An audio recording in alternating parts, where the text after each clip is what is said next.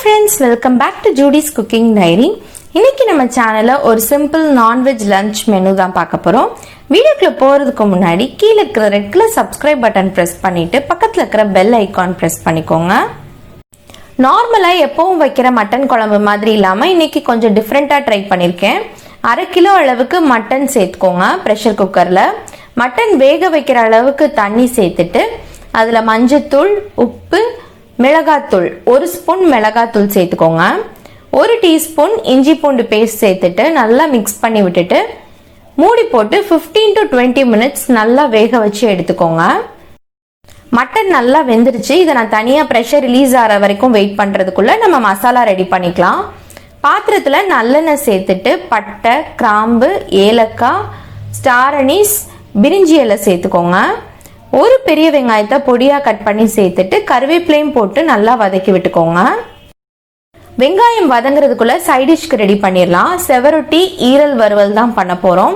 So செவரொட்டியை நீங்க ஈஸியா pressure குக்கர்ல வேக வச்சு எடுத்துக்கலாம். கொஞ்சமா தண்ணி ஊற்றி மஞ்சத்தூள், உப்பு போட்டு 5 விசில்ஸ் வச்சு எடுத்தீங்கன்னா நல்லா செவரொட்டி சாஃப்டா வெந்துடும்.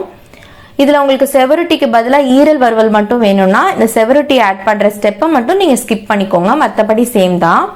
ஸோ அது வேகிறதுக்குள்ள நம்ம இந்த சைட் மசாலா ரெடி பண்ணிக்கலாம். 1 ஸ்பூன் இஞ்சி பூண்டு பேஸ்ட் சேர்த்துட்டு நல்லா பச்சை வாசனை போற வரைக்கும் வதக்கி விட்டுக்கோங்க. 3 மீடியம் சைஸ் தக்காளி சேர்த்துக்கிறேன். இந்த தக்காளி நல்லா மசிஞ்சு வர வரைக்கும் வதக்கி விட்டுக்கோங்க. அப்பதான் உங்களுக்கு குழம்புக்கு நல்லா திக்னஸ் கொடுக்கும். தக்காளி நல்லா வதங்கணும். ஸோ அதுக்கு தேவையான அளவு உப்பு சேர்த்துக்கோங்க. நம்ம மட்டன் வேக வைக்கிறதுக்கும் உப்பு சேர்த்துருக்கோம். ஸோ பார்த்துட்டு சேர்த்துக்கோங்க. இந்த குழம்பு பார்த்தீங்கன்னா 5ல இருந்து 6 பேர் வரைக்கும் சாப்பிடலாம். ஸோ அதுக்கேற்ற மாதிரி நீங்கள் குவான்டிட்டி அட்ஜஸ்ட் பண்ணிக்கோங்க. ஸோ முக்கால்வாசி நமக்கு தக்காளி நல்லா வதங்கி வந்துருச்சு. இதில் இப்போ நம்ம மசாலா ஐட்டம் சேர்த்துக்கலாம். கொஞ்சமாக மஞ்சத்தூள், மிளகாத்தூள், 1 ஸ்பூன் மிளகாத்தூள் நம்ம ஏற்கனவே சேர்த்துருக்கோம். இதில் 1 ஸ்பூன் சேர்த்துக்கோங்க. 3 ஸ்பூன் மல்லித்தூள், 1 டீஸ்பூன் சீரகத்தூள் சேர்த்துக்கோங்க. உங்ககிட்ட கரம் மசாலா இருந்துச்சுன்னா 1 ஸ்பூன் கரம் மசாலா சேர்த்துக்கோங்க. இல்லைன்னா பிரியாணி மசாலா கூட சேர்த்துக்கலாம், அதுவும் நல்லா இருக்கும். மசாலாலாம் சேர்த்ததுக்கு அப்புறம் நல்லா அந்த எண்ணெயிலேயே வதக்க போறோம். சைட் பை சைட் நமக்கு செவரட்டியும் வெந்துட்டே வருது. ஸோ குவிக்காக நம்ம இதை 1 ஹவரில் இந்த லஞ்ச் ரெடி பண்ணி முடிச்சிடலாம். இப்போ இந்த தூள்லாம் சேர்த்ததுக்கப்புறம் நல்லா வதக்கி விட்டுக்கோங்க. அடி பிடிக்கிற மாதிரி இருந்துச்சுன்னா கொஞ்சமாக தண்ணி சேர்த்து ஒரு கிரேவி கன்சிஸ்டன்சி வர வரைக்கும் மிக்ஸ் பண்ணி விட்டுக்கோங்க. இப்போ இந்த கிரேவி நம்ம ரெடி பண்ணி இதை நம்ம வேக வச்சிருக்கிற அந்த மட்டன் பீசஸோட சேர்த்துக்க போகிறோம். இதில் கொஞ்சமாக புதினா, கொத்தமல்லி போட்டுக்கோங்க. நல்லா வாசமாக இருக்கும். யூஸ்வலாக நான் எப்போவுமே மட்டன் குழம்புக்கு புதினாலாம் சேர்க்க மாட்டேன். பட் இந்த குழம்புக்கு இந்த மாதிரி ட்ரை பண்ணது ரொம்பவே நல்லா டிஃப்ரெண்ட்டாக இருந்துச்சு. டேஸ்டாகவும் வந்துச்சு.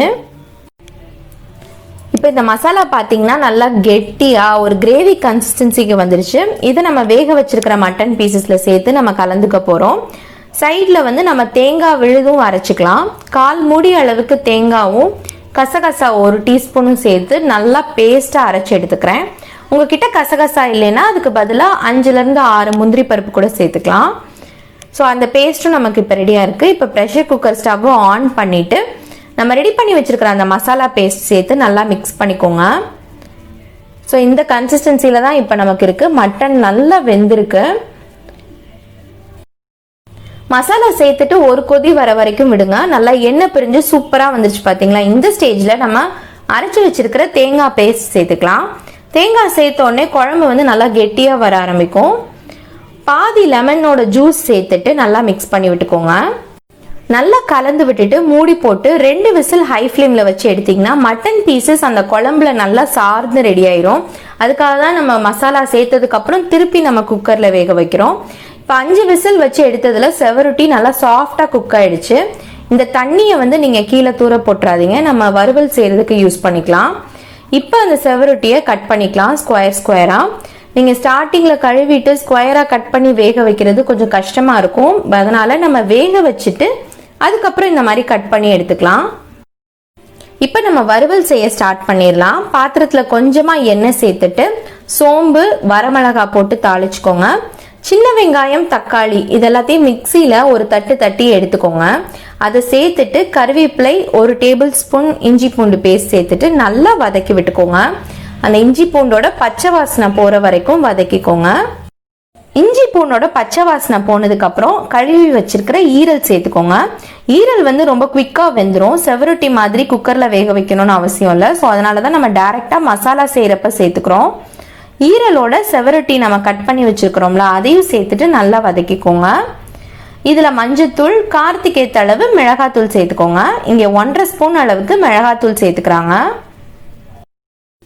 மஞ்சத்தூள், மிளகாத்தூள் சேர்த்துட்டு நல்லா மிக்ஸ் பண்ணிக்கோங்க. இந்த வறுவல் குவிக்கா 5 மினிட்ஸ்ல செஞ்சு முடிச்சிடலாம். செவரொட்டி வேக வைக்கிறப்ப இருந்த தண்ணியை இதுல சேர்த்துட்டு நல்லா மிக்ஸ் பண்ணிக்கோங்க. வெங்காயம், தக்காளி நம்ம வதக்குறப்பவே ஒரு 4ல இருந்து 5 பல் பூண்டு சேர்த்துக்கோங்க. அது சேர்க்க மறந்தாச்சு, அதனால இப்ப நம்ம சேர்த்துட்டு இதை மிக்ஸ் பண்ணி விட்டுக்கிறோம்.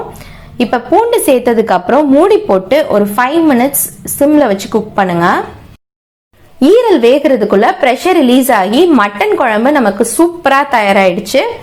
இந்த மாதிரி ஸ்டைல்ல நீங்க பண்ணது இல்லைன்னா கண்டிப்பா செஞ்சு பாருங்க. எப்பவும் செய்யற மட்டன் குழம்பை விட இது ரொம்ப வித்தியாசமாகவும் இருக்கும், டேஸ்டாகவும் இருக்கும். கண்டிப்பா ட்ரை பண்ணி பார்த்துட்டு எப்படி இருக்குன்னு எனக்கு கமெண்ட்ல சொல்லுங்க. இப்ப சைட் பை சைட் நமக்கு ஈரலும் நல்லா வெந்து வந்துருச்சு. இந்த மாதிரி குழம்பு நல்லா கெட்டியாகி வர ஸ்டேஜ்ல 1 டீஸ்பூன் மிளகுத்தூள், 1 ஸ்பூன் சீரகத்தூள் சேர்த்துக்கோங்க. இது கடைசியா தான் சேர்த்துக்கணும், அப்பதான் நல்லா வாசமா இருக்கும். இது நீங்க செமி கிரேவி ஸ்டைலையும் சாப்பிடலாம், சாதத்துல போட்டு கூட சாப்பிடலாம். இல்ல நீங்க நல்லா சிம்ல குக் பண்ணீங்கன்னா ரோஸ்ட் ஆகி நல்லா வறுவல் ஸ்டேஜ்ல சூப்பரா இருக்கும். அவ்வளவுதாங்க, நமக்கு சூப்பரான செவரொட்டி ஈரல் வறுவல் நமக்கு தயாராயிடுச்சு. இந்த சிம்பிள் அண்ட் ஹெல்த்தியான நான்வெஜ் லஞ்ச் மெனு நீங்களும் உங்க வீட்டுல ட்ரை பண்ணி பாருங்க. பார்த்துட்டு எப்படி இருந்துச்சுன்னு கமெண்ட்ல சொல்லுங்க. இந்த ஒயிட் ரைஸ்க்கு ப்ரிப்பேர் பண்ணி வச்சிருக்கிற மட்டன் குழம்பு ஊத்தி ஈரல் செவரொட்டி வறுவல் வச்சு தான் சாப்பிட்டோம். ரொம்பவே சாட்டிஸ்ஃபைங்கா இருந்துச்சு. கூடவே நீங்க ஒரு ஆம்லேட் கூட வச்சுக்கலாம், நல்லா இருக்கும். கண்டிப்பா ட்ரை பண்ணி பாருங்க. இந்த வீடியோ உங்களுக்கு பிடிச்சிருந்துச்சுன்னா லைக் பண்ணுங்க. நம்ம சேனல்ல தீபாவளி ஸ்வீட்ஸ், ஸ்நாக்ஸ் கலெக்ஷன் வீடியோலாம் வந்துட்டே இருக்கு. ஸோ மறக்காம நம்ம சேனலை சப்ஸ்கிரைப் பண்ணிட்டு பக்கத்துல இருக்கிற பெல் ஐகான் பிரஸ் பண்ணிக்கோங்க. வீடியோவை கடைசி வரைக்கும் பார்த்ததுக்கு ரொம்ப நன்றி. பாய்.